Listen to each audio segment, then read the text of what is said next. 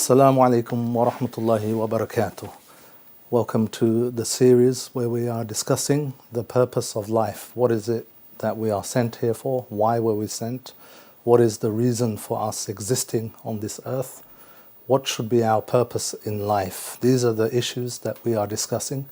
So the first thing we mentioned was that our purpose should be to worship Allah subhanahu wa ta'ala, ubudiyah, slavehood to Allah subhanahu wa ta'ala. So we continue with this first purpose in life, the most important purpose, we said, the primary purpose for which we have been sent on this earth, for which we have been actually created, is to worship Allah subhanahu wa ta'ala, as we mentioned, وَمَا خَلَقْتُ الْجِنَّ وَالْإِنسَ إِلَّا لِيَعْبُدُونَ, as Allah subhanahu wa ta'ala says, that I have not created the jinn and mankind except to worship me. And this is really the headline verse for our lives. This is the headline verse for informing us of our purpose, why we are here. However, many of us hear this purpose. Maybe our parents have told us about this purpose. Maybe our teachers have taught us while we're in school or madrasa or evening class or in the masjid. However, we often forget this. We don't keep this in the front of our minds. Why is that? Why is it that we keep on forgetting that our purpose in life, our primary goal, our reason for being here, the main reason why Allah subhanahu wa ta'ala created us, is to worship Allah subhanahu wa ta'ala, is to be in this state of ubudiyah, is to be in this state of servitude to Allah subhanahu wa ta'ala. Why is it that we forget this? Perhaps it's because we don't reflect. One of the ways we can really understand this, and one of the ways we can really appreciate this, and one of the ways perhaps we can remind ourselves, perhaps we can be aware of this in a much deeper sense, is if we reflect on reality, if we reflect on what Allah subhanahu wa ta'ala has given us. What is it that I own? What is it that I have done to be here? I was born in a family. I had no choice where I was born, to which parents I was born, to which family I was born. In fact, my height, my body shape, my hair color, none of this has been my effort, my achievement, my intellect, my abilities, my skills. All of this has been given to me by Allah subhanahu wa ta'ala. I did not choose this. I did not earn this. I did not create this. So what is it we actually own, and what is it Allah subhanahu wa ta'ala owns? We have to, if we reflect just on this, that the blessings that Allah subhanahu wa ta'ala has given us, the air we breathe, the earth on which we walk, the earth in which we live, you know, the way the planets, the moon and the sun and the earth, the solar system, the galaxies and the universe, the way all of this is created in perfection. You know, 1 centimeter this way or that way, life would not be sustainable. If the temperature of the earth moves a couple of degrees up or down, overall, on average, then life is not sustainable. The air we breathe, the oxygen, the food we have that grows for us, all of these blessings come without any effort from ourselves. We have not earned this. We have not achieved this. It's not through our efforts that this has happened. This has happened through the blessings of Allah subhanahu wa ta'ala. This has happened simply through His pure blessings on human beings. His ni'mah, His rahmah, His mercy. And we say in every surah in the beginning, Bismillahir Rahmanir Rahim, that in the name of Allah subhanahu wa ta'ala, the most merciful, the most gracious. So first of all, we should reflect that how much has Allah subhanahu wa ta'ala given you and me? How much has He given in terms of blessings? As Allah subhanahu wa ta'ala says in the Quran, وَإِن تَعُدُّوا نِعْمَةَ اللَّهِ لَا تُحْصُوهَا. If you were to count the blessings of Allah subhanahu wa ta'ala, if you were to try and count how many blessings that Allah subhanahu wa ta'ala is giving constantly, if you were to count this, you would not be able to encompass it. You would not be able to enumerate it. You would not be able to count the limits of this. It's uncountable. We only see with our own eyes a few of the blessings.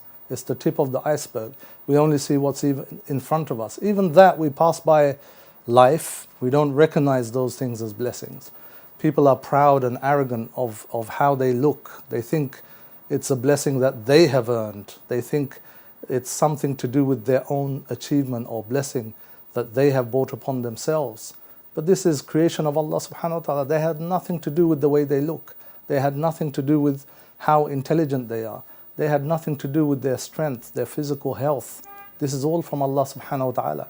They had nothing to do with the country in which they were born, in which they find themselves in. So all of these blessings are from Allah subhanahu wa ta'ala. So this is the first thing which we must reflect on. Once we reflect on His blessings, then we can recognize that in fact I am in debt to Allah subhanahu wa ta'ala. I have done nothing personally to earn the blessings. I have done nothing in return. Everything around me, from my health to my wealth, to my family, to my relatives, to the food I eat, everything has come about because simply as a blessing, ni'mah of Allah subhanahu wa ta'ala. When we look at these blessings externally, then we should also look at the blessings internally, inside of us. As Allah subhanahu wa ta'ala points to this, that don't we look at how we were created? Doesn't man think how he was created? We look at the body parts, how this body functions, how it works, how it all works in perfection. We look at the different organs, our liver, our heart, our brain, our veins that carry the blood, our kidneys, all of these beautiful components or parts and organs of our body, how Allah subhanahu wa ta'ala has miraculously put it all together. When we look at this and reflect, again, we think, how much have we done? How much of this internal physical body, my system, my ability to walk, my health, my strength, how much of this is due to me? The conclusion is nothing of it is due to me. The conclusion is, yes, we may claim it's because I exercise, I eat well, etc. Fine.